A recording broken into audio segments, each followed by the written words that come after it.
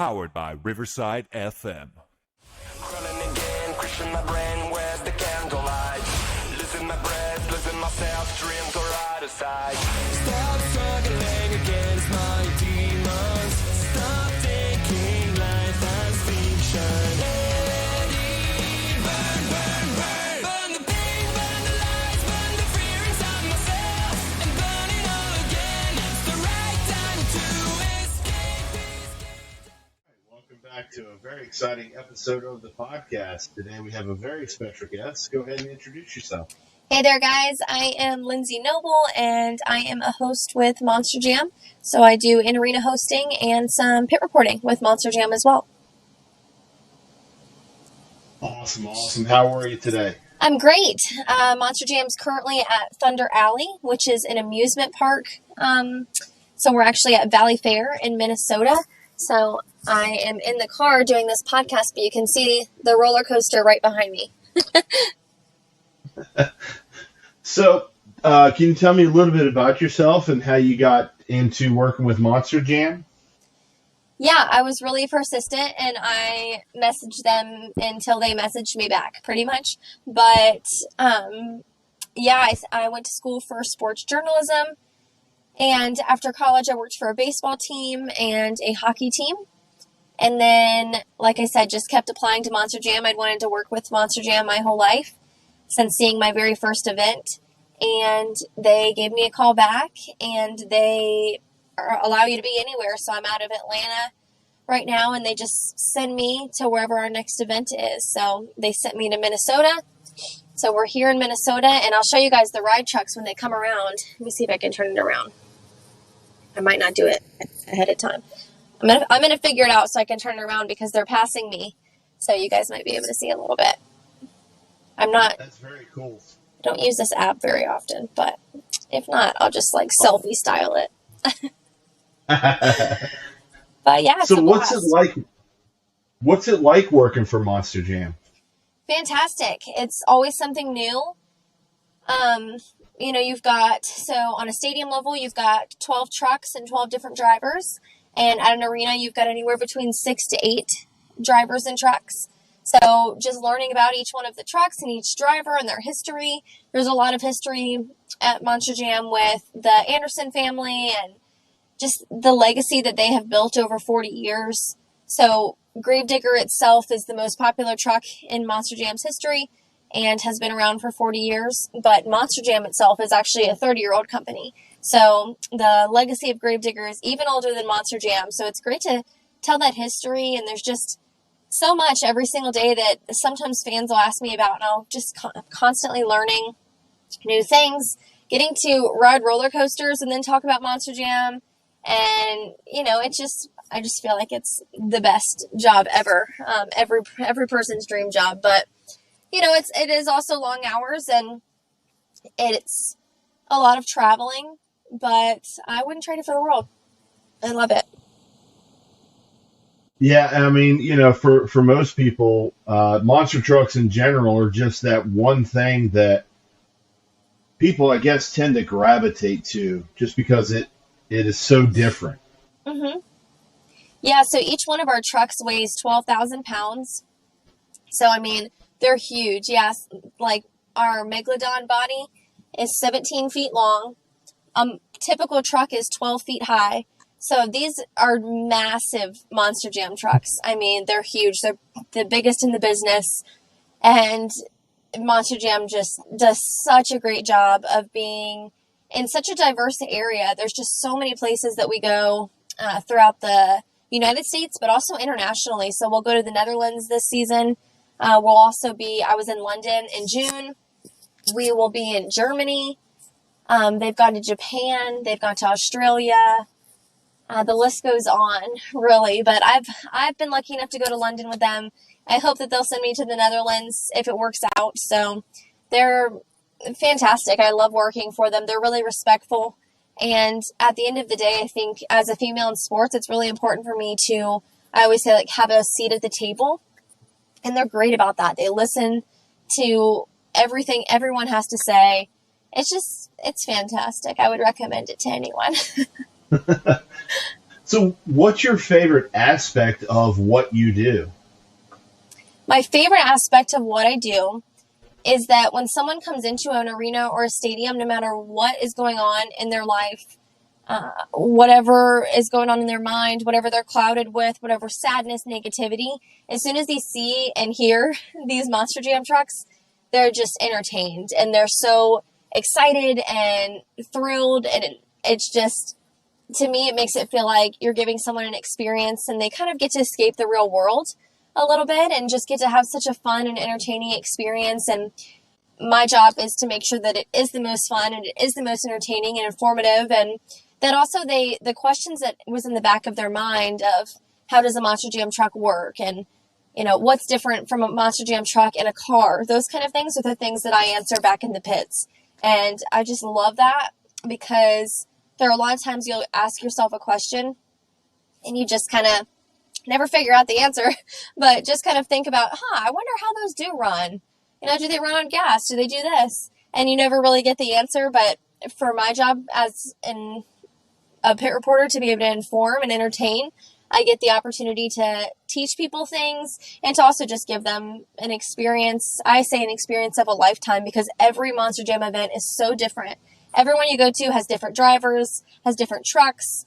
You're going to have occasionally different competitions, different yards of dirt. Sometimes we have 150 dirt monster. What are these called? They're like, we have 150 loads of dirt occasionally, but then sometimes it'll be 350 loads of dirt, depending on where we are. So the dirt crew that's behind the scenes, there are track construction engineers. They're incredible with making everything set to each city. So what everyone sees is always going to be different. It's always going to be entertaining, and it's always real too. A lot of people think Monster Jam is scripted, and it actually is not scripted at all. Everything is like flying by the seat of their pants. Like, everything that happens is really in the moment. I mean, we have a layout of when things are supposed to happen as far as competition, just like any sporting event, but everything's always different. So at a Monster Jam event, what is your favorite as far as what they do? Because I know that you guys have freestyle events and things like that also. Yes. So on an arena level, you're going to start with racing, and then we're also going to have a 2-wheel skills challenge, donuts, a donut competition, and a freestyle competition. So my favorite, every coworker, every driver knows that my very favorite is the skills challenge. So in a stadium, we call it the skills challenge, and at an arena, it's a 2-wheel skills challenge, because in a stadium, you can show any kind of skill that you want because you have more room to do so. But in an arena, it is a smaller space, but that doesn't mean that the action or the thrill of Monster Jam is any smaller. They just make sure that drivers can show you their very best on 2 wheels and are controlled, and of course keep fans safe. So they'll be able to get up on 2 wheels and they'll do what we call a moonwalk or a bicycle, nose wheelies. And one of my favorite parts is when a driver will do a nose wheelie, and then, which is when they come up on the front 2 tires and just roll. And then when they turn it around, it's called a moonwalk. And so my favorite is when they moonwalk up the pod, which is the big pile of dirt in the middle. So that's on the track. There's typically at least 1 pod, sometimes 2 or 3. And so the main pod, when they come back up it and moonwalk up it, that is my favorite. I think it's the coolest thing ever. I mean, these trucks are 12,000 pounds. These drivers know how to balance them on just 2 wheels. And we have some drivers from the West Coast Tour that will take the steering wheel off of the Monster Jam truck and put it out the window just to show fans that they don't even need this front steering to be able to balance that truck. And I just think it's incredible. I mean, the kind of skill that it takes to show something like that, and also the practice and the perseverance that you have to put into learning how to do something like that. It's just incredible to me. So that's my favorite. Typically, fans love freestyle because they get to see a little bit of everything. So typically, if you're coming to your first Monster Jam event, you definitely do not want to miss freestyle. What was it like to go overseas and introduce that to people who may or may not have been accustomed to that? Yeah, so this season was actually the first time that Monster Jam has ever been to London. So it was our London debut, and it was incredible. We had so many fans. It was a packed house, and it was incredible. It was the biggest pit party I've ever seen. So a pit party is what we have before an event, and fans can come in and they can meet the drivers and they can take pictures with the trucks. They can get autographs. They can ask questions. And it's specifically set up so that you get that one-on-one experience with a driver. And we had over 12,000 people in that pit party. And a typical, on an arena, which I was on the Arena Championship Series West Tour. And so on the Arena West Tour, there were probably 1,200 at the pit party, maybe 2,000. And there were 12,000 in London, 12,000. There were 14,000 tickets sold. It was so busy. It was absolutely incredible. And just the amount of people that had never been able to see it before or had heard about it, but actually hadn't been able to see it in person, had seen it on TV, had seen it with, in the stores. We've got Monster Jam Toys. Spin Master is one of our sponsors, and Spin Master is amazing at creating different models. And so our toys are able to be throughout the entire nation and even throughout the world, which is really incredible. But so people had known about it, but they'd never been able to see it. And the crowd was electric. They were so excited to be there. They wanted to meet every driver. They wanted to listen to every interview. And to have a crowd that interactive was so exciting. And also, we'd be walking on the side of the street and people would be like, "You guys work for Monster Jam? Like, we're so excited. We're going tomorrow. I'm bringing my, child. I'm bringing my nephew. I'm bringing my niece." And it's really, it's not just for kids. For anyone that has a big kid at heart, or is a big kid at heart, or just honestly just wants the entertainment. We've got people that are 103 and people that are 2 months old coming in the building, and they still get that same experience. I know, just growing up around monster trucks and going to the events, it's a experience all within itself. There's nothing like it. Mm-hmm. And, where we are, we have a really, really small civic center. And to see what they're able to do in that little arena is unreal. Absolutely. So drivers that are on an arena are handpicked. They are selected specifically because they have so much control being inside one of these trucks. Imagine being even if you're in the smallest vehicle, but you're in a crowded parking lot. You're obviously going to be on edge, right? You want to make sure that you get around and everything. But it actually is even more difficult in an arena because they're in 12,000 pound trucks. Like I said, they're, several feet long, some of them up to 17 feet long, 12 feet high, 12,000 pounds. Even the tires themselves are 650 pounds each. So these are huge tires to have to control. And so those drivers that are handpicked for arenas are selected because they have so much control and are able to still show fans an incredible experience despite it being a smaller space. And I think that's something that's kind of misconstrued, as people will think, oh, it's a small space, they can't do anything cool. Oh, they can, because they're picked specifically for those fans to be able to still give them that exact same experience. So whether you're at a stadium or an arena, you're getting that same Monster Jam experience. It's going to be thrilling. It's going to be exciting. And I think it's actually even more incredible because drivers will sometimes push the limit. Specifically in the two-wheel skills challenge, we have one driver who drives Earthshaker. And in the off-season, he'll drive Megalodon. And so he drives both of them, but his name is Tristan England. And he comes from a family of Monster Jam drivers. And he will go as far as he possibly can in a nose wheelie, or occasionally a moonwalk, but typically going forward, close to the stands as possible. And he'll wave at fans. Take his hands off the wheel and wave at them. And it just gives fans such an awesome experience to be able to be that close and see those drivers that close, and that they know, hey, that guy, he just waved at me. He waved at my section. He took the time to think about me. That's what makes being in an arena so special. And yeah, exactly like you said, despite it being a small area, they've got so much skill to be able to control those trucks in that way. So if you had to pick a driver, who would your favorite driver be, and what's your favorite truck? So I can't pick a favorite driver because I honestly say that every single one of our drivers has a different skill and brings something different to the table. So you have some drivers that are so good at the skills challenge, but then you have other drivers who their specialty is freestyle motocross, freestyle. And then we've got freestyle motocross actually that is also happening during our Monster Jam events. We'll have that at both a stadium and arena level. So you guys will get to actually see that as well.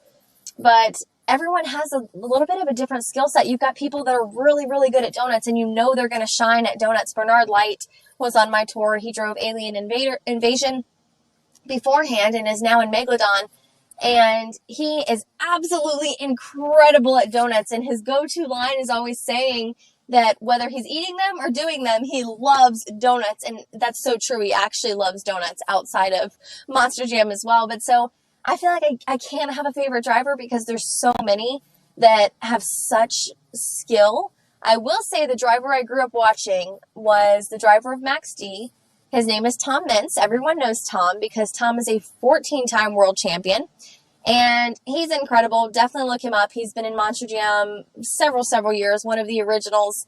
And he's definitely one of my favorites to watch. But everyone has something special that they bring to the table. My favorite truck is Max D, and everyone knows that. But, you know, I actually really like Zombie a lot too. Zombie has the arms that move up and down, and the mouth opens and closes, and it's just really cool. I just feel like there are so many different unique things about each truck. Another one that's really cool is the El Toro Loco truck, and that's the most popular internationally. And so you'll see El Toro Loco a lot in other countries, and that one actually has a fog machine that puts air out of the bull's nose, the snout, whatever that's called. And so we actually have that set up at the park here where you can actually see the smoke coming out of its, I'll just say nostrils. And and it's incredible, you know, the detail that Monster Jam has put into creating each one of these trucks to have a special experience for fans. And some fans just like something regular, something that's very plain. And we've got a lot of fans that really like Soldier Fortune and our Soldier Fortune Black Ops. And it's really incredible. So those two trucks are both based on our men and women in the U.S. military and is a tribute to them. And so each truck brings something different to the table. But there's a lot of interesting ones. I definitely grew up always watching Max D, and that was always one of my favorites. But Gravedigger is the 40-year legend for a reason. So every single one of those drivers is bringing. I know with Gravedigger, well. he has a large background, so to speak, as far as the original Gravedigger truck. You know, from what I've heard, he still has that. Yes. Yep, so the original Gravedigger truck is at the shop in North Carolina, and so you can go and see that, but we also travel with some of the trucks as well. So Gravedigger has, in order to keep I'm trying to think how I can best explain this, they have Roman numerals on the front hood of each Gravedigger truck. So there are 42 Roman numeral Gravediggers, and so you'll see if you see a Gravedigger, you're going to see the Roman numerals in the front. So we have number 8 here at Valley Park throughout the month of August and past Labor Day weekend. And so they're here at Thunder Alley, and that was debuted in 2003 by Dennis Anderson. And it's absolutely incredible because we have fans that are here that can get inside that truck, and that is the exact same truck that Dennis drove. I mean, he drove that exact same truck, debuted it, that same chassis, everything about it is the exact same. It's been shined up on the outside, but it's the same exact truck. You can even see the dents on the body and on that chassis where he's crashed before, and it's just absolutely incredible. And it's a retired truck now. It won't actually drive anymore, but you know, we can drive it to and fro, but it won't compete anymore. But several of these trucks are able to, at World Finals, oftentimes the Gravedigger team will show several different historical trucks, and they'll bring out the 30-year anniversary truck and those different bodies that people have been able to see over the years. And it's really incredible to watch the story of how they have progressed over 40 years. And even the look of it, you know, that they say the black and green wrecking machine. Well, originally it wasn't black and green. So it's interesting to do the research on that and to really see how not only their family has developed that brand, but how it's been developed over time with Monster Jam, through Monster Jam, and the legacy that it's been able to uphold. And I mean, if you're behind the wheel of Gravedigger, you have worked so hard and you fully deserve that. You know, everyone that's behind the wheel of Gravedigger is someone who they know is going to represent Monster Jam as a whole so well, and is just gonna go all out and show fans everything they came to see. And all of our drivers do that, but because people know it's Gravedigger, they're looking out for him or her. We have a female Gravedigger driver as well who actually won her championship series this past season. And so she won the entire tour, and she's absolutely incredible as well. So, you know, that's something that's really special about Monster Jam is men and women do compete on the same level in the same competitions and for the same championships. And that's Very something true. you don't see everywhere. Very true. I would be remiss if I didn't ask, but who do you think between Bigfoot and Gravedigger, who the first monster truck actually was? So Bigfoot was actually the first monster truck. There's a lot of history on that. And the Gravedigger is the first since Monster Jam has been a full company that's been fully signed with Monster Jam. So we have independent leagues as well that come in. And so Bigfoot is still owned by a different company. And, you know, everyone kind of hopes and crosses their fingers that they'll rejoin each other at some point and go about it. I don't even really know the history on it as far as, like, I'm sure it was a legal thing of figuring out which company was going in what direction and how much money it cost to go in what direction. All the things that the higher ups are paid to know, and I'm paid to report, and that's what I do. So, but yes, I would say Bigfoot is without a doubt the very first truck that was noticeable and excited about, and that's still an awesome truck. But Gravedigger has really been that legacy that has stuck with Monster Jam. What events do you guys have coming up? Yeah, so we have so many events coming up. Our typical season is actually January through April. This upcoming season will actually be January through July. And, excuse me, my battery is dying. And so we are going to extend our season a little bit this upcoming season in 2022 to 2023. And so we've got that, but we also have a fall season and a summer tour as well. So we have a summer tour out right now. They were just in Canada this past weekend. And we are in Albuquerque coming up in October. So I'll be doing that one, and they kind of switch people around in the fall. So there are a lot of different events coming up, and anyone can go ahead and see that on monsterjam.com. You go to get tickets and it'll show you the entire schedule that's up right now. The dates have not been released for the 2023 season quite yet on monsterjam.com. They're still getting everything set in stone, but that should be released within the next couple months. Typically September, October is when that would be released for people to see. But I do know I'll be in Albuquerque October the 7th through the 9th. So for anyone that wants to come see me, please do so. And I'll also be in Connecticut, Bridgeport, Connecticut in November. So we've got a few lined up. I know that they've got Glendale, Arizona lined up as well for October. So we've got an event pretty much every weekend, and you can definitely see one every single month. Definitely very cool. It's sure. been a pleasure having you and learning about what you do with Monster Jam. And, you know, it sounds like you're having a blast doing it.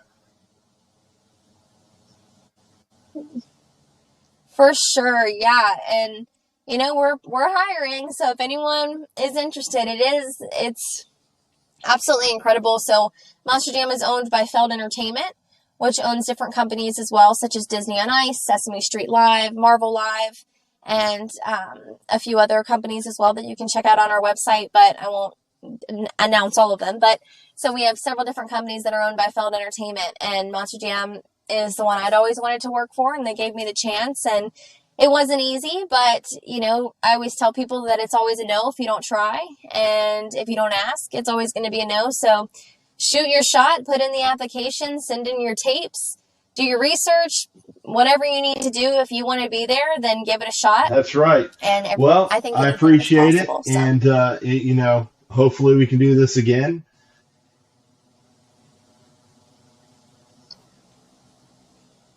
Absolutely. Yeah, thank you so much for your time. I appreciate you guys having me on. And a good rest of the season. You too. Thank you so much.